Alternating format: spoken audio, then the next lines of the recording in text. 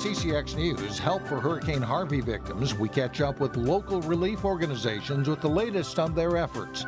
Plus, a tool Brooklyn Park Police use to locate children or vulnerable adults who wander off.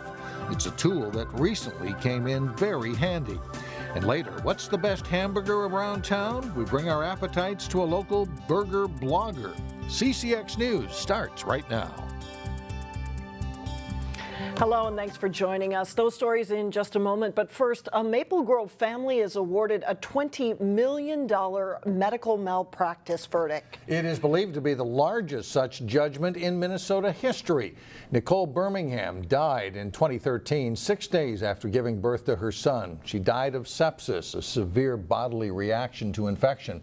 The family later sued the ER nurse and the company she worked for, Emergency Care Consultants, which supplies nurses to Twin Cities hospitals. The suit contended that the nurse ignored lab test results that showed Birmingham had sepsis. The birth happened at Abbott Northwestern, which was not named in the suit. A 2014 study found that sepsis is responsible for about a third of all adult deaths in hospitals. Another report found sepsis to be a top cause of malpractice claims at hospitals. Well, now to the situation involving Hurricane Harvey and local organizations gearing up to help victims in Texas. Thousands of residents are displaced after historic rains hit the area. Sonia Goins shows us how several local groups are answering the call for aid. Remnants of Hurricane Harvey are being felt hard in Houston. More than 15 trillion gallons of rain hit the area. That's enough water to fill up U.S. Bank Stadium more than 100 times. Thousands of people are seeking higher ground after roads were turned into rivers. To think about it is just it's heartbreaking. I live maybe a mile from the freeway systems. They're all inundated with water. Sharon Fuller has lived in Houston all of her life and says she's never seen anything like this. The only word I can use for it is devastation. She's in a shelter after the power went out and floodwaters seeped into part of her home. I'm looking out of the door now. The rain has never stopped. It's been a constant rain for the last maybe 32 hours. The pictures are dramatic and heartbreaking. Local relief groups are making plans to help. It's horrible to watch. Calvary Lutheran Church in Golden Valley will send out a team of volunteers in the next couple of weeks. In the meantime, they're collecting financial donations to help folks pick up the pieces. There is so much need. They've displaced up to 400,000 people that don't necessarily have homes to go back to or have to go back and clean out their homes. Besides supplying water and other essentials, disaster relief agency Headwaters in Golden Valley is sending a team of mental health experts to help victims cope. We allow the person to talk if they want to. Sometimes it is just being with the person and being present and allowing them to know that somebody is there and supporting them in whatever way they need. Meanwhile, folks like Sharon Fuller are determined to press forward and not let the storm break them. My spirit is not tired. My body is tired. But as far as my spirit, I'm very upbeat. Now, full disclosure, Sharon Fuller is my cousin. Once things settle down, she plans to go back to her neighborhood and assist elderly neighbors. Meanwhile, 3 trucks from the Minnesota Red Cross are already in Texas. They're supporting folks in Corpus Christi, where Harvey hit Friday night. Now, Mike and Alex, the Animal Humane Society in Golden Valley is also gearing up to help displaced animals. And we've got all that information on our website if folks want to help out. In many ways you can help out right here at home. Correct. Right. Thanks a lot, Sonia. Thank you, Sonia. A lifelong resident of Brooklyn Park will serve as the city's interim fire chief. Todd Seitz will take over the interim role after the city reached a separation agreement with the previous fire chief. Seitz has more than 30 years experience with the fire department, serving a variety of different roles, most recently as deputy fire chief. City Council unanimously approved his appointment to interim fire chief. Previous Chief Ken Perlman resigned from his role amid a flurry of allegations within the City Council. Mayor had accused a council member of creating a hostile work environment for the previous chief. That council member, part-time firefighter Mark Maida, strongly denied that, instead accusing Perlman of misrepresenting facts and figures. Brooklyn Park Police say an alert system was instrumental in helping them find an elderly woman with dementia. The system is called A Child is Missing. Shannon Slatton is here to explain why it's so useful in finding people of all ages when an Amber Alert cannot be issued. Mike and Alice, Amber Alerts can only be issued at specific events when there is an abduction or someone is in danger. So an Amber Alert did not apply to a call that police got about 10 days ago. The call reported an 80-year-old woman with dementia had wandered away and was last seen in this area around 86th Avenue and Emerson Avenue in Brooklyn Park. It was right around dark and there were concerns about the woman wandering into traffic or into water. So Brooklyn Park police used the A Child is Missing system that sent out a phone message to people living in that immediate area. Very shortly, the officers actually started seeing people coming out with flashlights, almost immediately out of their house. They got the message and residents came out and they went to their backyards. They were checking their yards, they were checking their streets, and a resident did locate this individual and called 911, and we were able to bring the person back home. Brooklyn Park police have had the A Child is Missing system for 8 years and used it about 7 or 8 times to get the word out about missing people who don't fit the criteria for an Amber Alert. But since the message system only goes out to home phones, it is in danger of becoming obsolete as more people choose to use cell phones instead of a landline. I really encourage residents that want to be part of this, want to help law enforcement find missing children or vulnerable adults when they're gone, is to go on the website, sign up their cell phones, and then they can get those alerts. The website is achildismissing.org. The woman who was found was disoriented, but she is okay. Brooklyn Park police say the system directly helped locate a lost child a few years ago as well. Mike and Alex. All right, Shannon, thank you. The Osseo City Council has approved a new zoning ordinance called Artisan Manufacturing. It would allow a unique business to move into the downtown area. Union Speed and Style is proposing a move from Monticello to a vacant building on Central Avenue. They fabricate metal into vintage cars and motorcycles. The owners say none of their work is done outside and that they do no painting work. Eventually, they may bring in someone to run an ice cream shop next door or even a brewery in parts of the building that they would not need. Final approval is expected next month. In Brooklyn Park, City Council has approved plans for the city's very first tap room. Blue Wolf Brewing plans to move to a spot next to Broadway Pizza. No food would be served at the tap room, but the brewery owners would allow people to bring in their own food or make an order from a nearby restaurant. Blue Wolf hopes to open this winter in time for the Super Bowl. The Super Bowl host committee gave a big boost today to a program in Brooklyn Center that wants to help people fight obesity. This grant is really helping to kick off a major research project that we're doing with Mayo Clinic and U of M. We're trying to open specialty healthcare clinics for obese and diabetics.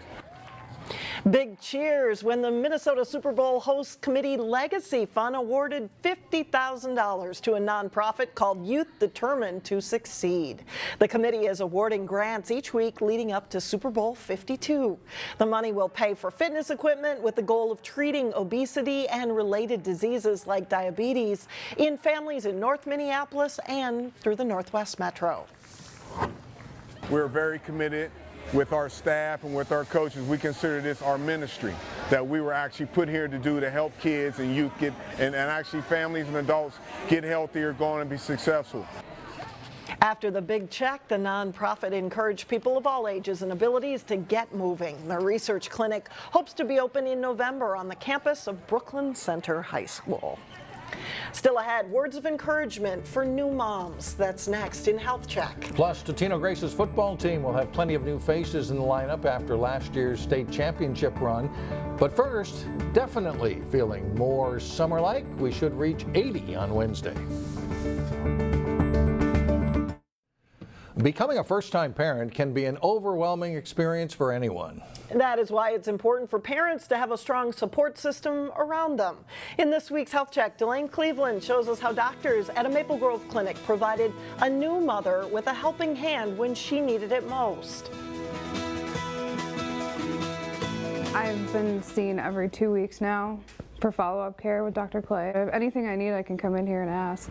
Tucked inside this Maple Grove shopping mall is Clinic Sophia, Plymouth resident Renee Frederick came to this OBGYN clinic throughout her pregnancy. This is Avari Andrew Price. He's 2 weeks old today. She's now a first-time mom who's still learning the ins and outs of raising her new bundle of joy. It's not easy being a new mom and the baby blues and stuff like that. It's a real thing and you gotta ask for help. Help is one of the many things the staff at Clinic Sophia try to offer, along with a personalized approach. We really try to make sure that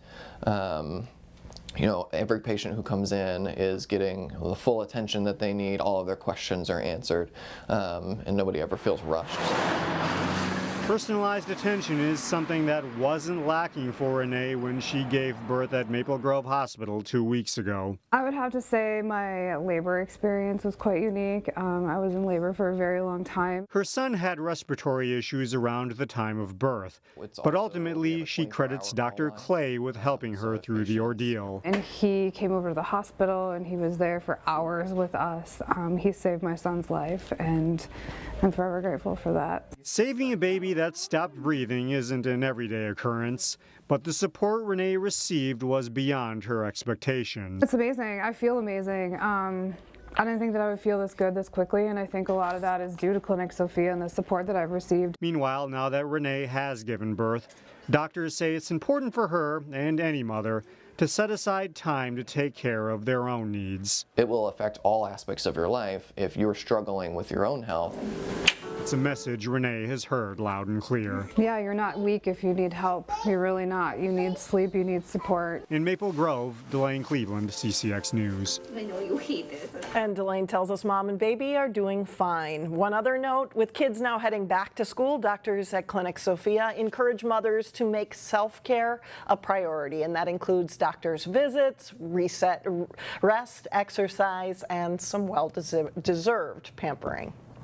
Still ahead, what makes the perfect burger? We head to Golden Valley for an expert's take. But first, the Armstrong girls soccer team has a lot of experience as they get the season started. John Jacobson is in next with sports.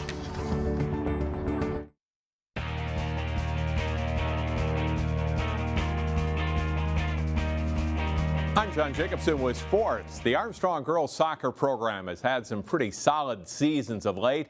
The Falcons will shoot for good things this year. The Falcons are coming off an 11-3-3 season. That included a 9-2-2 record in the tightly bunched race at the top of the Northwest Suburban Conference as they tied for fourth. With an experienced team this fall, this has the makings of a contender in the conference. I mean, after last year, I think that we had a year where we didn't think we would do as well, especially from the year before. And so I think this year, going in as a fresh start, we're going to have some hard competition, but I definitely think if we just stay positive, I think put in good work, then we'll be fine. We should be pretty competitive. We have a lot of returners. We only graduated a few seniors last year. So the basis of our team is back with some great new additions. We're trying out a different formation this year, hopefully be a little bit more offensive, and we'll see what happens with that. Goalkeeper Ana Aguado is her fourth season. Falcons also return leading goal scorer Julia Osborne, assist leader Jessica Hanley, a sophomore, and all-conference defender Julia Rowles. They did lose their opener to a good Edina team last week and have some other tough foes early. That may not be a bad thing. It might be. I think it might show us, the grit that we have for the season and, just starting it out tough and just keep it going instead of just like slowly and building it up. I think seeing what we have and working from there will totally help us. Armstrong has its home opener and conference opener tonight, Tuesday, as they host Blaine. They are at Andover, co-conference champion a year ago, on Thursday.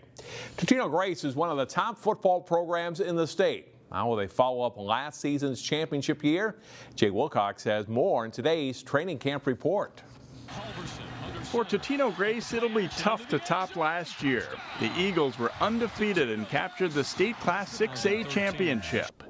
It was a senior-heavy team, though, and there will be a lot of new faces in the lineup this fall. There's a ton of competing out here, a lot of job open signs, so everybody's giving it their best every day at practice starting those spots. Yeah, it's high school, so our guys graduate, and we want that to happen and move on to bigger and better things. But yeah, we have job open signs all over, offensively and defensively, and a bunch of guys are stepping up and a bunch of other guys are competing. So yeah, there's a whole bunch of new faces, going to have a different look to it, but we're excited. One summertime injury of note. Head coach Jeff Ferguson is on the mend, but still going strong. Yeah, I'm good. Yeah, I tipped over on my motor scooter and busted up my elbow and my leg a little bit, my ribs, and that was a month ago, and haven't missed a practice, so healing pretty good. One thing that won't change, teams are eager to take their best shot at the Eagles, and that might be more true than ever after a championship. Like our coach says every year, we always start off the season with a target on our chest, and we kind of look forward to that every year, and looking forward to teams wanting to beat Totino Grace, and yeah, just look forward to that pressure. The Eagles do have some experience back.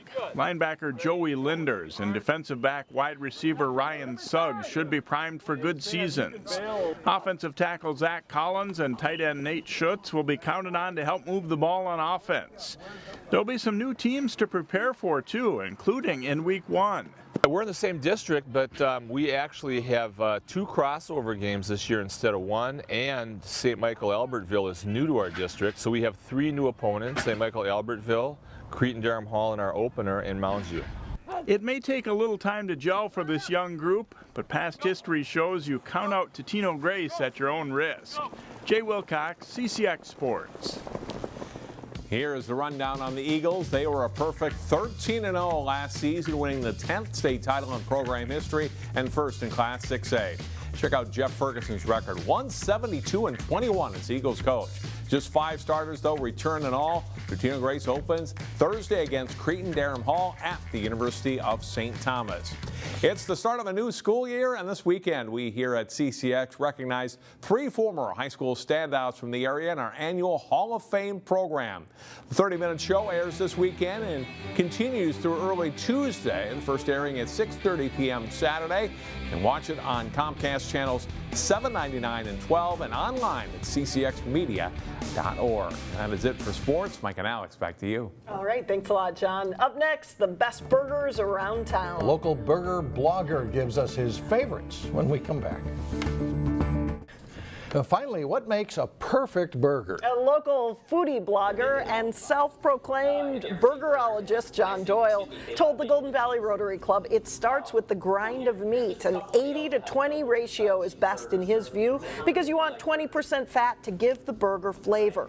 When he's not talking burgers, Doyle is an avid marathon runner and vice president at a software company, but he started his Burger a Week blog to highlight some of the places doing burgers right. Cooked properly, seasoned properly, juicy, and then on the right type of bun. You know, not too big, not too small, the right bun. I like I kind of call it a bun patty ratio. Spots like Burrow and Surly Brewing in Minneapolis top John's list for great burgers, but closer to home, Good Day Cafe in Golden Valley also gets a thumbs up. And John says if you've never had a fried egg on your burger, what are you waiting for? That is a must try. And if turkey burgers are more your style, he says Red Cow has a good turkey burger. All right, never thought of an egg on the burger. Yeah, good, gotta try it. You gotta try it, yeah. That does it for us. We'll see you again Wednesday, starting at 4.